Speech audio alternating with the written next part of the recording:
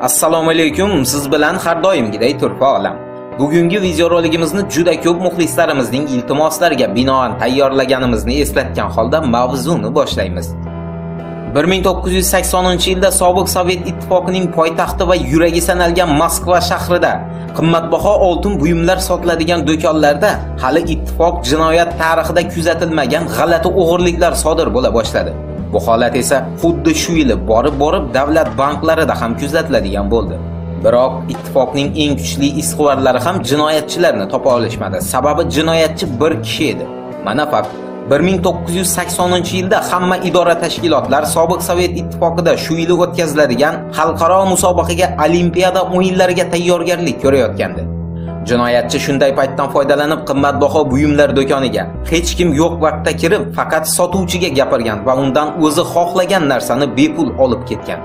Endi eng qizig'i, jinoyatchi juda kuchli tayyorgarlikka ega bo'lgan ruhshunos bo'lib, u gipnoz yordamida bu ishlarni qilgan ekan. Uni ko'rib, eslab qolgan yagona kishi esa bank xodimasi bo'lib, 1980-yilning may oyida gipnozchi o'g'ri qo'lga tushgan. Qizig'i shuki, uni qamoqqa emas, Davlat xavfsizlik komitetiga ishga olishgan.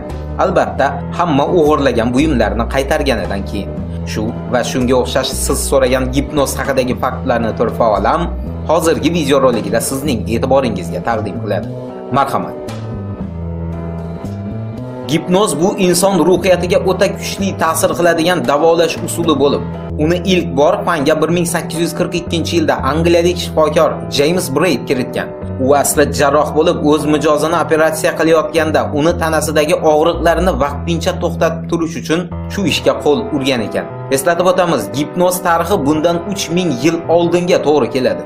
Bu davrda esa gipnozni davolash usuli sifatida qadimgi Misrda va keyinchalik Gretsiyada qo'llashgan degan taxminlar bor.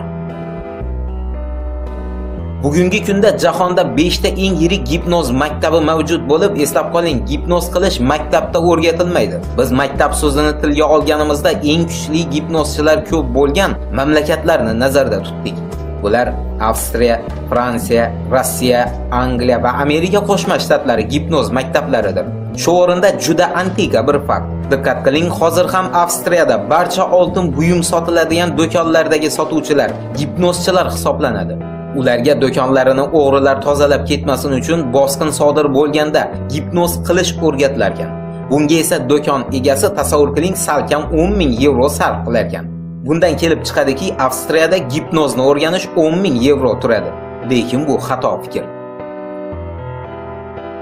Gipnoz qilish hammaning ham qo'lidan kelmaydi. Buning uchun gipnozchining ruhiyati boshqalarnikiga, aniqrog'i, gipnoz holatiga tushadigan kishinikidan juda ko'p marta ustun bo'lishi kerak. Gipnoz mutaxassislarning fikriga ko'ra birinchi navbatda ruhiyatning kuchliligiga, ikkinchi navbatda esa ovoz tembriga bog'liq bo'lar ekan. Bunga misol qilib, Amerika Qo'shma Shtatlarida 2008-yilda 5 yilga ozodlikdan mahrum qilingan gipnozchini aytishimiz mumkin. Faktlarga yuzlanadigan bo'lsak, u nogironlar arafasida bo'lgan, biroq gipnozchining ovozi juda jarangdor va noodatiy bo'lgan. Gipnozchi 3 kun davomida 2 ta 30 yasharli ayolni gipnoz holatida ushlab turgani uchun sudga berilgan ekan.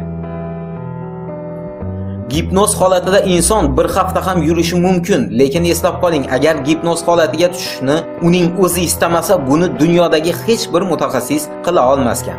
Hozirgi kunda zamonamizda gipnozdan tibbiyotda, alkogolizmni, narkomaniyani davolashda, shuningdek aqldan ozganlarni davolashda jahonning turli mamlakatlarida keng foydalanishadi. Shu o'rinda yana bir fakt. 1950-yildan keyin Amerika Qo'shma Shtatlari hukumatı gipnozdan tibbiyotda foydalanishga rasman ruxsat bergan.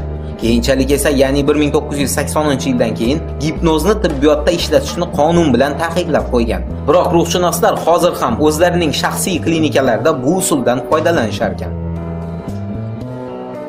Bu uncha ishonib bo'lmaydigan fakt. Shunday bo'lsa-da aytamiz, ma'lumotli ishonchli manbadan olgan bo'lsak ham o'zimiz bunga ishonmadik to'g'risi.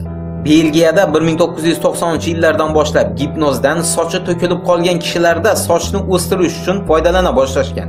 Eng qizig'i shuki, bu usul ularga yordam berib, boshdagi terilari jonlanib, gipnozdan keyin soch o'sib chiqa boshlaganmish. Bunga rostdan ham ishonish qiyin. Sababi agar gipnoz yordamida sochni o'stirish mumkin bo'lsa, dunyoda soch to'kilgan erkak qolmasdi bizningcha. Ha, aytgancha, bir muxlisimiz bizga yozgan xabarida nima, admin sochingiz yo'qmi deb savol beribdi. Hali sochimiz bor. Turfa olamni kuzatishda davom eting, siz kutgan ma'lumotlar hali oldinda.